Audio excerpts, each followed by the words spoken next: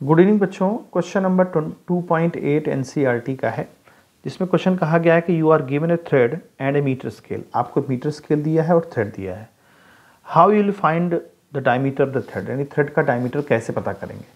तो हम क्या करेंगे, इस मीटर स्केल के ऊपर जो थ्रेड है उसको सटा करके, बिल्कुल गैप ना हो, घुमा करके इसको एक कॉइल बना लेंगे।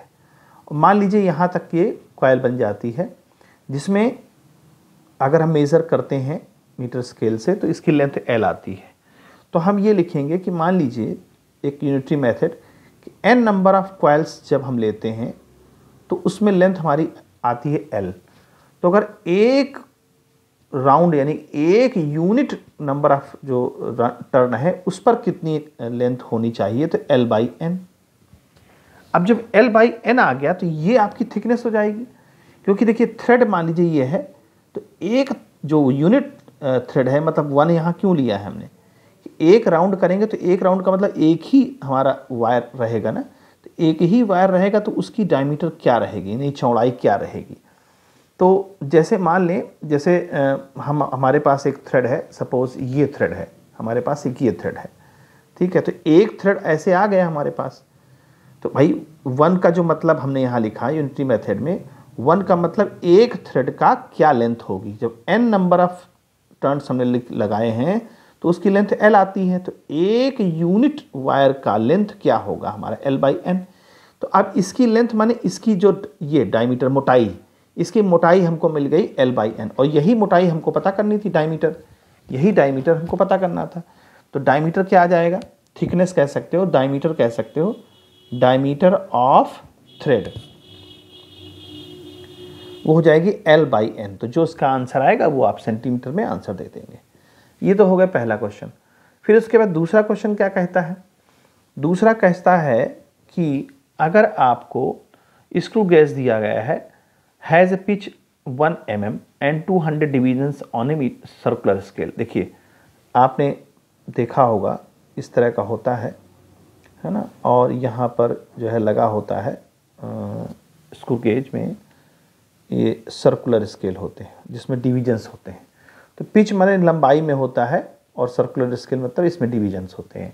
यहाँ पर 200 डिवीजन दिए हैं, 1 mm पिच है। तो कहता है कि अगर हम, do you think it is possible to increase the accuracy of the screw gauge arbitrarily by increasing the number of divisions on a circular scale. अगर हम सर्कुलर स्केल में नंबर ऑफ डिवीजन बढ़ा दें तो क्या हमको सही मतलब हम उस स्क्रू गेज की जो एक्यूरेसी है क्या बढ़ा पाएंगे।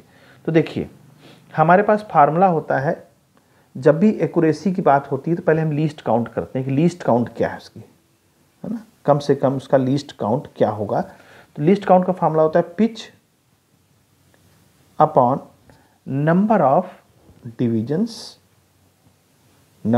डिवीजन्स ऑन सर्कुलर स्केल, ये फार्मूला होता है। अब पिच हमको कितना दिया है, पिच हमको दिया है 1 mm, ठीक है, 1 mm दिया है, और नंबर ऑफ जो आपके डिवीजन है वो 200 है। अब जरा ध्यान दें, क्वेश्चन में कहता है कि अगर नंबर ऑफ डिवीजन बढ़ा दें, इसको बढ़ा दें, तो लीस्ट काउंट तो हमारी कम हो जाएगी, ऑब्वियसली बात है, लीस्ट काउंट हमारी कम हो जाएगी, नहीं बहुत अच्छा हो जाएगा, एक्यूरेसी बहुत अच्छी आएगी। लेकिन इस एक्यूरेसी को हम अपनी आंख से नहीं देख पाए, क्योंकि हमारी आंख की एक पावर होती है कि वो कितना कोई क्लोज कोई चीज़ देख सकती है, कितना छोटा देख सकती है। तो छोटा देखने की भी एक लिमिट होती है हमारी आंख में। तो प्रैक्टिकली हम इसको जो है देख नहीं पाएंगे। हाँ, थ्योरेटिकली अगर थ्योरी के हिसाब से देखेंगे तो लीस्ट काउंट जितना कम होगा उतना अच्छा इंस्ट्रूमेंट रहेगा, एक्यूरेसी उतनी ही अच्छी रहेगी। तो एक्यूरेसी तो हमारी जो है इंक्रीज कर जाएगी, कैसे, थ्योरी के हिसाब से, theoretically, but practically we are not able to read, हम उसको देख नहीं पाएंगे, पढ़ नहीं पाएंगे, समझ नहीं पाएंगे क्या इसकी एक्यूरेसी क्या इंक्रीज हुआ है कि क्या नहीं हुआ, क्योंकि वो हम देख ही नहीं सकते, हमारी आंख की एक अपनी लिमिट होती है। फिर क्वेश्चन सी में कहता है कि the mean diameter of the thin brass rod is measured by vernier callipers. Why is a set of 100 measurement of diameter expected to yield more reliable estimate than a set of 5 measurement only। देखिए हमने आप लोगों ने पढ़ा भी है, अब मैंने बताया भी है कि जब भी किसी चीज़ की एक्यूरेसी पता करना होता है तो उसमें नंबर ऑफ़ ऑब्जर्वेशन बढ़ाने पड़ते हैं। यानी कि जैसे मान लीजिए कहीं मीन वैल्यू अगर हम निकालते हैं, मीन वैल्यू क्या होता है? मीन वैल्यू होता है सम ऑफ ऑब्जर्वेशन, यानी जो आपने ऑब्जर्वेशन किया उनका सम कर दीजिए और divide by number of observation, जो आपने ऑब्जर्वेशन किए हैं। अब जब नंबर ऑफ ऑब्जर्वेशन आप बढ़ा देंगे, जैसे इसमें क्वेश्चन में कहा है कि 5 ऑब्जर्वेशन की जगह हम 100 ऑब्जर्वेशन कर दें। देखिए जब 100 ऑब्जर्वेशन आप कर देंगे तो मीन वैल्यू बिल्कुल हमारी जो है करेक्ट आ जाएगी, क्योंकि भाई जितनी बार आप नंबर ऑफ ऑब्जर्वेशन बढ़ाएंगे, जितनी बार आप उसको करेंगे तो उतना हमारी जो है जो मीन वैल्यू है वो करेक्ट वैल्यू के पास आती जाएगी, यानी ट्रू वैल्यू के नज़दीक होती जाएगी। जो ट्रू वैल्यू है उसके नज़दीक होती जाएगी जितनी नंबर ऑफ ऑब्जर्वेशन बढ़ाएंगे। तो यहाँ पर हम ये कह सकते हैं कि अर्थमेटिकली जो है, अर्थमेटिक मीन यानी कि जो मीन वैल्यू है वो ट्रू वैल्यू के नज़दीक होगी, है ना। स्मॉलर उसमें जो है एरर जो है स्मॉल हो जाएगी। अगर हम ये कहें कि एरर जो है स्मॉल हो जाएगी due to increase of number of observation.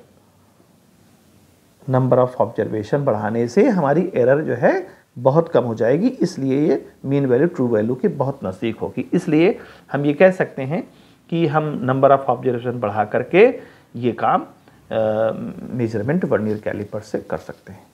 तो ये रहा आपका क्वेश्चन सी। तो इस तरह से क्वेश्चन कंप्लीट हो गया है। उम्मीद है बच्चों आपको समझ में आया होगा। अगर अच्छा लगे तो इसको लाइक करें, शेयर करें। Good bye.